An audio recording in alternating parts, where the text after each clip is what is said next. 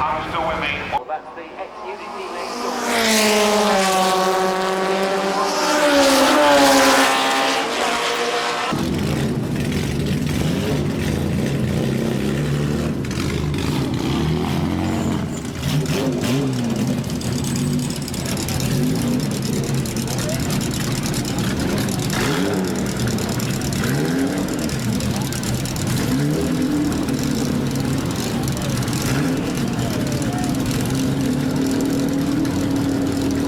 I only lived 5 miles away, so Goodwood was my home circuit, and in the early 60s I used to come here and be a corner worker, and I was actually working on Madgwick Corner just over here as a corner worker marshal the day that Sterling had his terrible crash.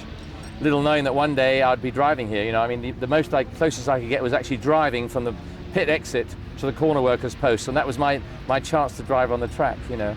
So did you actually make your debut here? Was it in a Lotus 7? Yep, in 1964, the 13th of March, and with a friend of mine, John Penfold, and we won the first race in the pouring rain. I was here. Were you really? Yes. Nice. Oh, brilliant.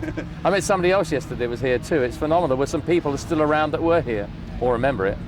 And so just take us on from that. Raced at Goodwood Lotus 7, but then, of course, you raced here quite a lot in Formula 3 Formula 3. Yeah, in Formula 3, and I held the lap record in 65 that was Jackie Stewart's the year before in the same car and engine.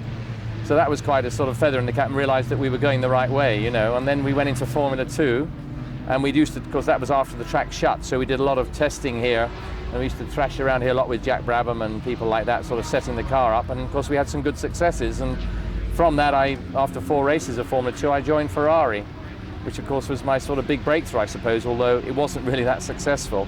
And then, of course, I went slightly sideways into sports cars, and you know, really, the rest is in a book. Tony Brooks, Goodwood on a sunny day, Spitfires behind you, beautiful cars all around you, a lot of memories. When was the first time you came here? It was March 1952. In fact, I had my first race ever here with my mother's Healey Silverstone. My mother had a TCMG and I had a 650cc Triumph motorcycle, and I persuaded my mother that I should sell her MG and my motorcycle and buy something more suitable. She might have thought it was more suitable for shopping. I meant more suitable for club motor racing. So anyway, she was very supportive of my attempts to go motor racing. So I turned up here with a Healey Silverstone March 22nd, I think it might have been, 1952, and I had a 10-lap scratch race in the afternoon and a 10-lap handicap race. I think I might have won the handicap race, but no way could the Healey Silverstone win a scratch race. It wasn't quick enough, apart from the fact I had an awful lot of learning to do. And then you raced here right through until 1962 and your effective retirement from Formula 1. Did the circuit always retain that same atmosphere you remember from the first meeting? And indeed, how does it compare with how it looks now at this revival meeting? Yes, I think it still has very much the same character. I think if it's not an Irishism, I think it's exactly as it was, but better. I mean, I think the Earl of March has done quite an incredible job to restore Goodwood to the standard that he has done, and in such a relatively short time. Having overcome the planning battles before that, I think, full marks to him for achieving that. And I think it has maintained this, this tremendous garden party atmosphere over the whole of the period I was racing here. I was retired at the end of 1961, so I think I must have raced here every year for 10 seasons, and each time it was always a pleasure to come to Goodwood. And favourite race, or perhaps the most dramatic one, has to be the Aston fuel fire in the 59 TT, doesn't it? But other dramatic memories? Well, the 59 TT was also rather dramatic for me, because although I drove for Aston Martins for 4 years, in 1959 I was driving a Ferrari, and I was here in the TT with the Ferrari, and I had the unfortunate experience of arriving at Levant Corner after a pit stop and found myself with no brakes, and I had to drive onto the infield and spin the car round to stop it, and it transpired that very unusual for Ferrari that somebody had forgotten to put a split pin in the one of the pads, and the pads came out, and of course all the hydraulic fluid was deposited on the road at St Mary's. It is a very difficult circuit to learn, and I'm very pleased that I started my motor racing here. And all the Healy Silverstone was only capable of 115 miles an hour or so. It was just quick enough to start to get the feel of a drift, through these wonderful corners, many of which you can drift.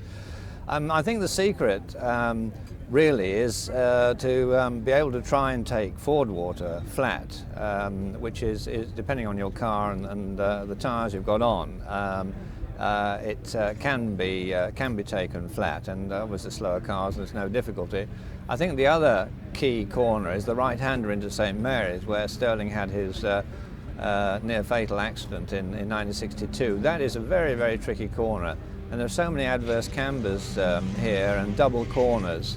It really is, I think, a very challenging driver's circuit. But I think Ford Water and the corner after that, before St Mary's, are where a lot of time can be saved or lost. Well, Betty, you must have had many happy days here at glorious Goodwood.